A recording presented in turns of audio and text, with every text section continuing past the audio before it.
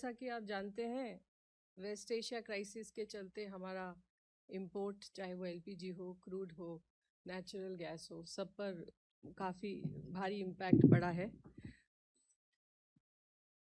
ये अभी तक का हॉर्मुज़ का जो ये डिसरप्शन है, ये अभी तक का one of the largest supply disruption है।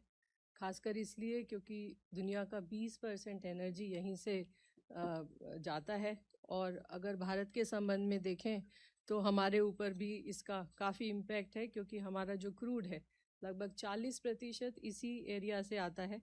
90% हमारा इंपोर्ट का एलपीजी भी यहीं मिडल ईस्ट से है, और नेचुरल गैस भी लगभग 65% of our imports come from this area. इसके चलते डोमेस्टिक मार्केट, इंटरनेशनल मार्केट में काफ़ी प्राइस वॉलेटिलिटी भी है, सप्लाई का भी इम्पैक्ट है। जैसा मैंने अभी बताया, अगर इंटरनेशनल प्राइस हम देखें क्रूड के, तो जो $70 के आसपास थे पर बैरल 2 महीने पहले, वो अब लगभग $120 पर बैरल पर है।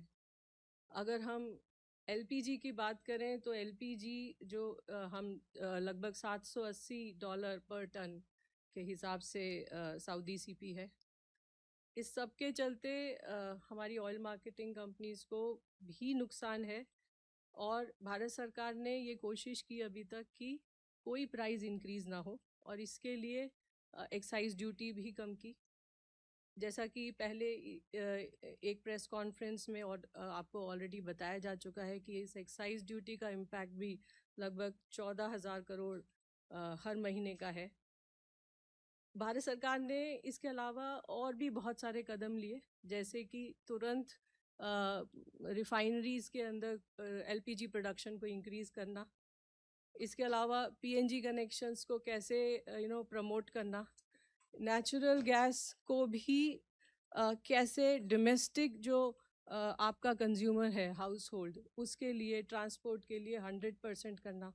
जब ये किया गया तो इसके साथ ही जैसे रिफाइनरीज़ को जितना नेचुरल गैस मिल रहा था उसका 65% उनको शुरू में मिला।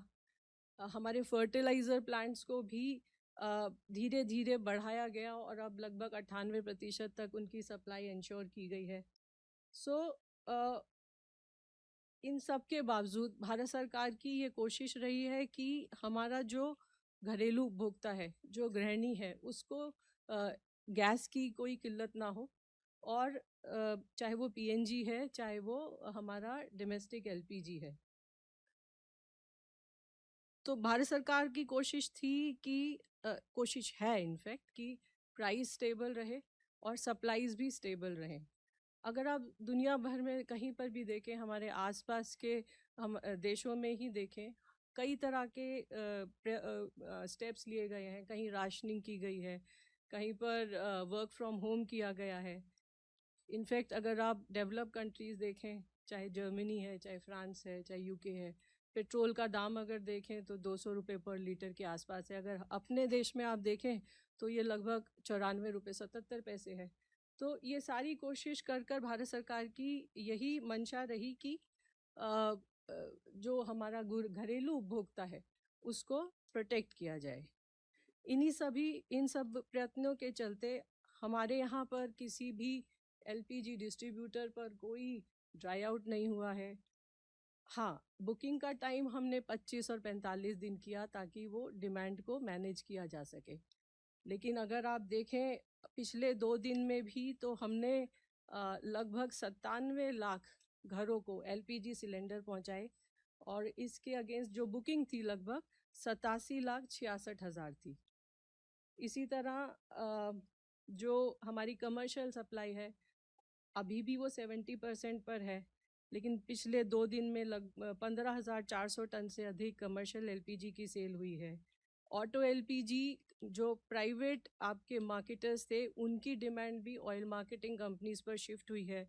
वहाँ पर भी पिछले 2 दिन में 613 टन से अधिक ऑटो एलपीजी की सेल हुई है। माइग्रेंट लेबर को ध्यान में रखते हुए 5 किलो के सिलेंडर्स की सप्लाई को इंक्रीज़ किया गया। पिछले 2 दिन में 1,11,000 से अधिक 5 किलो के सिलेंडर्स की सेल हुई। अवेयरनेस हो कहाँ पर ये 5 किलो का सिलेंडर मिल सकता है, कैसे मिल सकता है, इसके लिए हमारी ऑयल मार्केटिंग कंपनीज़ ने कैंप्स लगाए हैं। अभी तक 10,700 से ज़्यादा कैंप लगाए गए हैं और 1,90,000 से ज़्यादा सिलेंडर इन्हीं कैंप्स में सेल किए गए हैं। नेचुरल गैस के संबंध में जैसा मैं अभी आपको ऑलरेडी बता चुकी हूँ कि हमारा जो फर्टिलाइज़र प्लांट्स हैं उनको 98% तक उनकी जो पिछले 6 महीने का एवरेज कंजम्पशन था उसका 98% तक उनको एलोकेशन किया जा रहा है। पीएनजी उपभोक्ताओं की संख्या में भी वृद्धि देखी जा रही है। अभी तक 6.5 लाख से अधिक पीएनजी कनेक्शंस को गैसीफाई किया गया, यानी कि उनको गैस देना शुरू किया जा चुका है। ये मार्च से अब तक के आंकड़े मैं आपको बता रही हूँ। इसके अलावा 2,66,000 से अधिक नए कनेक्शंस के लिए इंफ्रास्ट्रक्चर डेवलप किया गया है।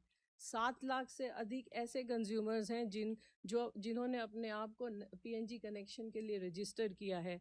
सरकार ने एक ऑर्डर भी निकाला जिसमें ये कहा कि अगर किसी के पास पीएनजी कनेक्शन है तो उनको अपना एलपीजी कनेक्शन सरेंडर करना चाहिए।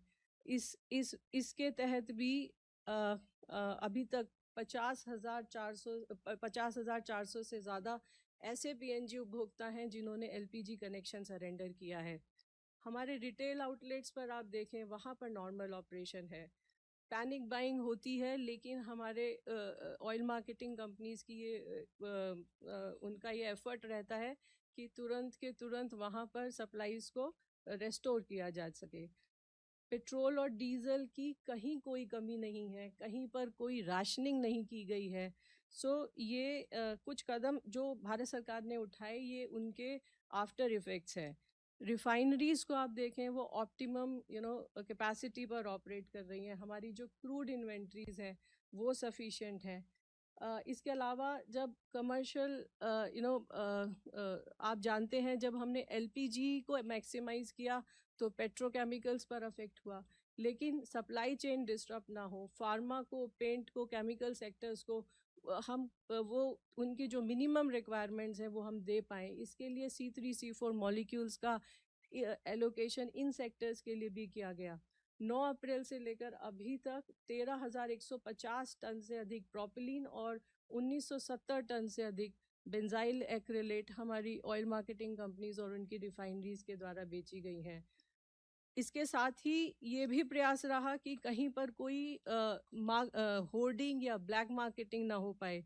स्टेट्स से भी रिक्वेस्ट की गई, स्टेट्स की जो टीम्स हैं वो हमारी ऑयल मार्केटिंग कंपनीज की टीम के सहयोग के साथ लगातार काम कर रही हैं।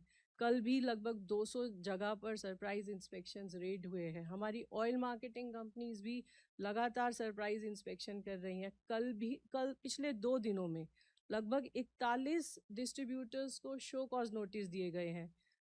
लगभग 12 डिस्ट्रीब्यूटर्स पर पेनल्टी लगाई गई है और एक डिस्ट्रीब्यूटर को सस्पेंड भी किया गया है।